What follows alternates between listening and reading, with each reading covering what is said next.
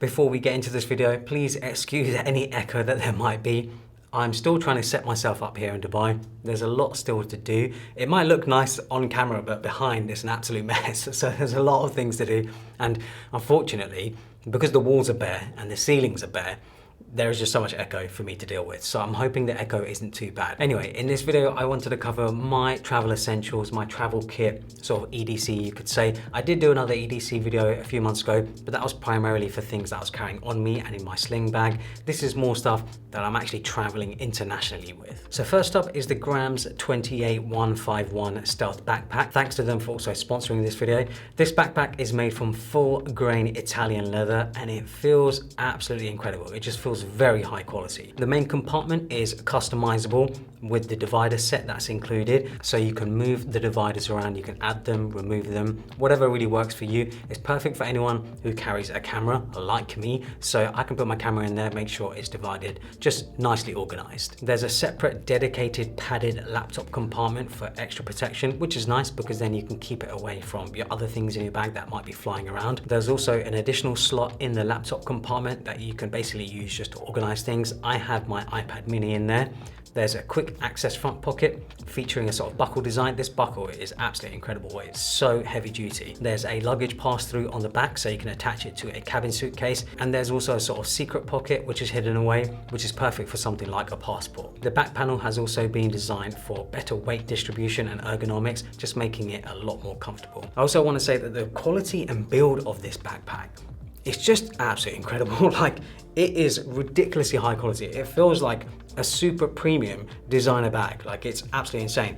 And of course, it really helps that it doesn't look like a traditional tech backpack. It just has a very stylish sort of minimalist style, which I really do appreciate, because a lot of tech style backpacks that are made for sort of organizing tech and gear aren't really that good looking, let's be honest. But this one is very nice looking. If you are interested in it, I'll leave a link to it down in the description below. My laptop of choice right now is still the 14-inch MacBook Pro. So let me move this out of the way. I'm still using the same MacBook Pro I bought in 2021. So it was when the M1 Pro and the M1 Max chips launched in the MacBook Pros. This is the M1 Max model, and I've also upgraded the SSD to 2 terabytes and the RAM or the unified memory to 32 gigabytes.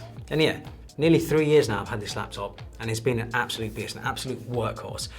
It is one of the best investments that I think I've made. It's cost me a lot of money, but it's just so worth it because I'm doing video editing, I'm doing design, I'm doing photo editing, all on this laptop. I usually have it connected up to an external display, I'm traveling with it, going to and from the office when I was back in the UK. Just an absolute beast. I have not had any issues with it. It's never felt slow because I'm just thinking to myself, I'm 3 years into owning this laptop, but I don't feel like I need to upgrade, which has definitely not been the case in the past. These M series of chips have just done an incredible job of lasting. Like, you don't need to upgrade your laptop regularly to keep up with the performance. Like, the performance is just so good even now, however many years later. I think if I were to upgrade, it wouldn't actually be due to the new series of chips, which is most likely going to be the M4 series of M chips.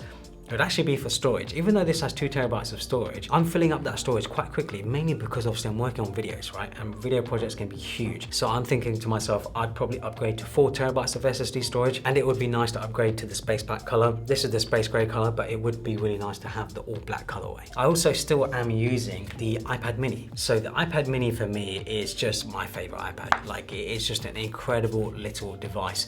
The iPad mini has actually been my favorite iPad ever since it was introduced, like I think a decade ago now. The iPad mini has been around. The best thing about this, of course, is the size. I absolutely love the size of it. Like, it can just fit in my hand, no problem, which means I can use it one-handed when I'm flying, when I'm traveling, wherever I might be, at home even when I'm using it. Being able to use it to watch stuff, read stuff, and even play games. I play a lot of games on this, things like Kingdom Rush. I'm absolutely obsessed with the Kingdom Rush series. This is just an absolutely awesome iPad, my favorite iPad. The only thing though that it definitely needs is a 120 Hz display, because I'm so used to 120 Hz on my iPad Pro and my iPhone that this definitely needs a 120 Hz display. So I'm hoping that this year they upgrade it to have a 120 Hz display. Let's move all of this out of the way, like so, and bring in the cameras. So with this trip, I have brought 3 cameras with me because of course I'm making videos for YouTube, right? I need multiple cameras for multiple different angles, for multiple different setups, just for my work. I have 3 different cameras.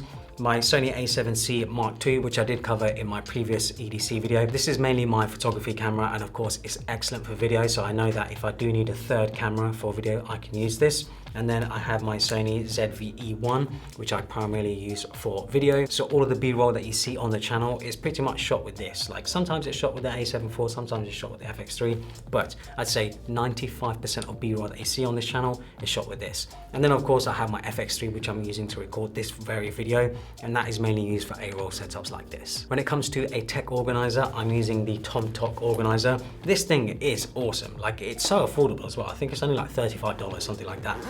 But if we open it up, there is room in here. Like I'll try and show it, but there is just room in here for everything. Like there's so many different dividers, so many different compartments. It's such a great way to organize all of my little belongings that I don't want flying around in my bag.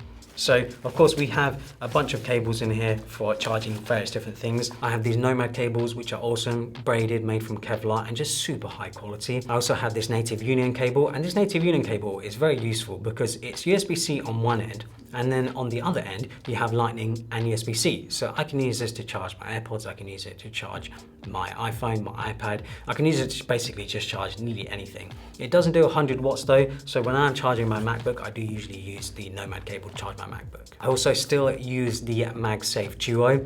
For me, this thing just does the job, right? It's very simple, very easy, and it's very compact. Like this thing is very, very small for what it can do. However, Anker do make a triple charger, which you can use to charge your phone, your Apple Watch, and your AirPods. I haven't got that with me because I just prefer using this. But for anyone who's looking for a triple charger, I do recommend the Anker one. It is very good. I also have the rolling square Aircard in here. And this is essentially a AirTag and a business card in one. I usually leave this in here because obviously there's a lot of tech in here. I want to make sure I know where this bag is. But yeah, you can put this in your wallet, you can put it in a bag or whatever. Because it's thinner than an AirTag, I feel like it can also fit in different places. Yeah, just an awesome little device, and it looks pretty cool, right? The see-through design and stuff, I think it looks really nice. You also get a sort of SD card organizer with this TomTok bag. So I do have one SD card in here right now, but I also have an M.2 drive in here. So I have a M.2 drive with some of my archival footage on here because it's 4 terabytes. I can fit quite a bit of stuff on here, archive footage. And yeah, just a cool little addition with this bag. I also have this Satechi SSD enclosure, and this is actually a pretty unique enclosure because it's one of the only enclosures that I've come across that has USB 4 speeds and Thunderbolt 4. So if your laptop or computer supports USB 4, you can get up to 40 gigabits per second transfer speed, which in the real world can give you read-write speeds of up to 3,840 megabytes per second, which is pretty wild because there aren't that many SSD enclosures that can do that sort of speed. Of course, you've got to make sure that you have an M.2 drive that's fast enough. I use this as my main drive to edit all of my video projects and stuff because I don't want to be constantly filling up the storage on my MacBook. I can put projects on here. It is awesome. Like, it's an awesome enclosure. However, there are 2 downsides to it. It's quite big, like it is quite large, and it can get quite hot as well. I feel like there are 2 compromises that I'm willing to make purely for the speeds because the speed of this thing is incredible. I'm also still using the Minex 100-watt charger.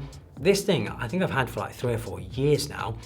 And it is awesome because look how small it is. It is like absolutely tiny, yet it has 3 USB-C ports, it has a USB-A port, and it can do up to 100 watts of charging. So it's more than enough to charge my MacBook, to charge all of my devices, my AirPods and everything. And with the 4 ports that it has, I can use all of my cables and charge all of my devices at once. Yeah, this is awesome. A very reliable, very trusty device that I take pretty much everywhere with me when I'm traveling. So it's gonna sound crazy, but I actually carry 3 pairs of headphones and earbuds with me, mainly because all 3 of them do different things for me. So of course the AirPods Max is the first one. By the way, this case that I have for the AirPods Max, it's from Walnut. It's an all leather case, full grain leather case.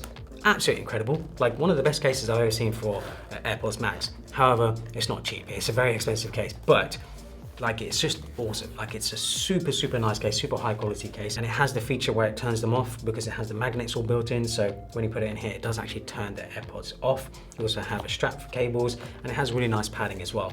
Just a very nice all round case. The AirPods Max for me are still my primary travel headphones. So I'm using these on flights, I'm using these at the airport and stuff, mainly because Sound quality, I think, is really good. Like, it's really good. And of course, the noise cancellation as well is also very good. Now, is it the best at either of those things? No, but it's definitely nearly as good. And of course, because it's in the Apple ecosystem, it just makes it easy when I'm switching between my iPhone, my iPad, my MacBook. I don't have to constantly change sort of Bluetooth settings or anything. It can just switch automatically between them. They're just a very nice set of headphones. I've had them since launch, and I always take them with me when I'm traveling. Second pair of earbuds are the AirPods Pro 2nd generation. So I have these on me pretty much always just because of how small they are. They're very much my daily drivers. They're much more discreet, and I actually think the sound quality and ANC is okay. It's good enough. Next up is my latest addition to my kit. These are the Sennheiser IE100 Pros. Because I edit a lot of video, I needed some wired earbuds that I could actually use for editing video. These are specifically designed for audio work, whether it be monitoring live audio, mixing, producing, or editing. Now, you would think these are quite pricey, mainly because they're designed for pro work, people who are actually doing professional work, editing video, editing audio, whatever it might be. However, these are only $100. Now, when I bought them, I wasn't expecting much, to be honest with you, mainly because they're only $100. How good can they really sound for $100? You know, $100 earbuds usually aren't anything fantastic. They're just good enough. But these things have absolutely blown me away. The sound quality that these earbuds produce is just incredible. I was so surprised when I first started using them. And from looking at the reviews online as well, from seeing what other people are saying, they've been raving on about them as well. Like, I cannot actually believe that these are $100.